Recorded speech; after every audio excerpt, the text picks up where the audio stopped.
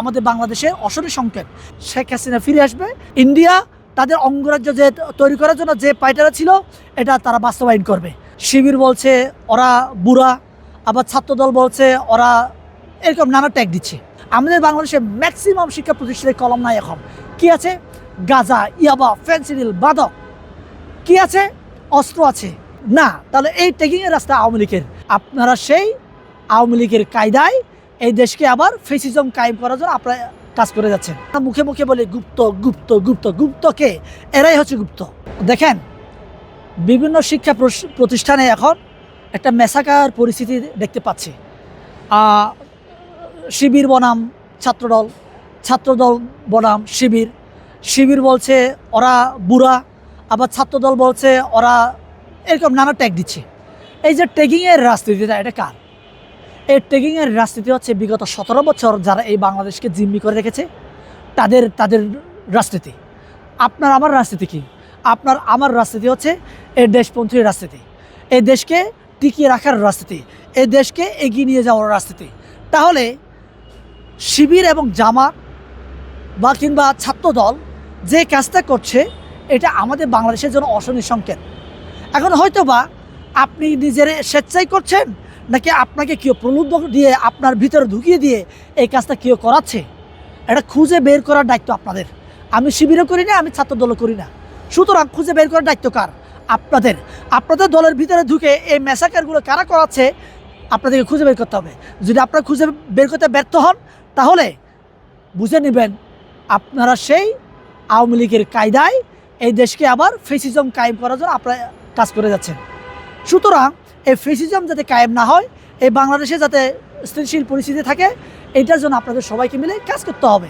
তো এই যে আমি এই জন্য বললাম, আপনাদের যে কর্মকাণ্ডগুলো দেখতে পাচ্ছি এই ট্যাগিংয়ের রাজনীতি, এটা শিবিরেরও না, জামাতেরও বা ছাত্রদলেরও না, বিএনপিরও না, জামাতেরও না, কিংবা বাংলাদেশে কোনো রাজনৈতিক দলের না। তাহলে এই ট্যাগিংয়ের রাস্তা আওয়ামী লীগের। এটা যে লালন করছে সেই হচ্ছে আওয়ামী লীগের। আওয়ামী লীগকে ফিরিয়ে আনার জন্য সেই এই যে সুপ্তভাবে, আমি বললাম না, সুকৌশলে গুপ্ত আকারে আমরা মুখে মুখে বলি গুপ্ত গুপ্ত গুপ্ত। গুপ্ত কে? এরাই হচ্ছে গুপ্ত। আপনার আমার মাঝে ঢুকে এই কাজগুলো ওরা আপনাকে আমাকে চটিয়ে দিয়ে, রাগিয়ে দিয়ে, একটা ঝগড়া বাঁধিয়ে দিয়ে এরা সুবিধা লুটে নেবে। সুবিধা কি? শেখ হাসিনা ফিরে আসবে, ফিরে আনার কাজ করবে। ইন্ডিয়া তাদের অঙ্গরাজ্য যে তৈরি করার জন্য যে পায়টারা ছিল এটা তারা বাস্তবায়ন করবে। আমরা কি সেই বাস্তবায়নের পথে হাঁটবো, নাকি এটাকে বাধা দিব?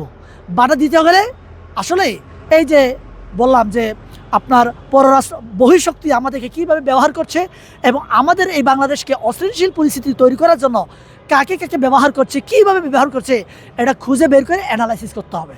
তবেই তা আমাদের বাংলাদেশ সুন্দরভাবে এগিয়ে যাবে। এবং এই যে যে ম্যাসাকারগুলো আপনি বিভিন্ন শিক্ষা প্রতিষ্ঠানে দেখতে পাচ্ছেন, কারণ একটা কথা আছে, একটা দেশ, একটা জাতিকে যদি আপনি ধ্বংস করতে চান তাদের হাত থেকে কলম কেড়ে নাও। আমাদের বাংলাদেশে ম্যাক্সিমাম শিক্ষা প্রতিষ্ঠানের কলম নাই। এখন কি আছে? গাঁজা, ইয়াবা, ফেন্সিডিল, মাদক। কি আছে? অস্ত্র আছে। এটা দেশি অস্ত্র হোক, বিদেশি অস্ত্র হোক। তাহলে কলম কেড়ে নিয়ে আমাদের হাতে, আমাদের ছাত্রদের, আমাদের সন্তানদের হাতে মাদক তুলে দেওয়া হয়েছে। কলম কেড়ে নিয়ে আমাদের ছাত্রদের হাতে, আমাদের সন্তানদের হাতে অস্ত্র তুলে দেওয়া হয়েছে। তো দেশটা এমনিতে ধ্বংস হয়ে যাবে ভাই। আপনার বাংলাদেশের মানুষ বন্যায় ডুবে গিয়েছে কিছুদিন আগে, আপনারা দেখেছেন। কিন্তু আমরা সবাই আর্জেন্টিনা, ব্রাজিল, হ্যাঁ, স্পেন বলে বলে চিৎকার দিয়েছি। বাংলাদেশ যে ডুবে যাচ্ছে, আমরা ওইদিকে হুঁশ ছিল না।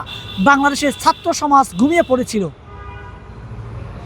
এটাই প্রমাণ করে আমাদের বাংলাদেশের অশনি সংকেত। যে আপনি প্রশ্ন করলেন যে এই ঘটনাগুলো কেমন দেখছেন, আমি দেখতে পাচ্ছি যে বাংলাদেশকে এগিয়ে নিয়ে যাওয়ার পথে প্রথম বাধা হিসেবে এরাই রাজপথে সোচ্চার হয়েছে। এদিকে দমাতে হবে।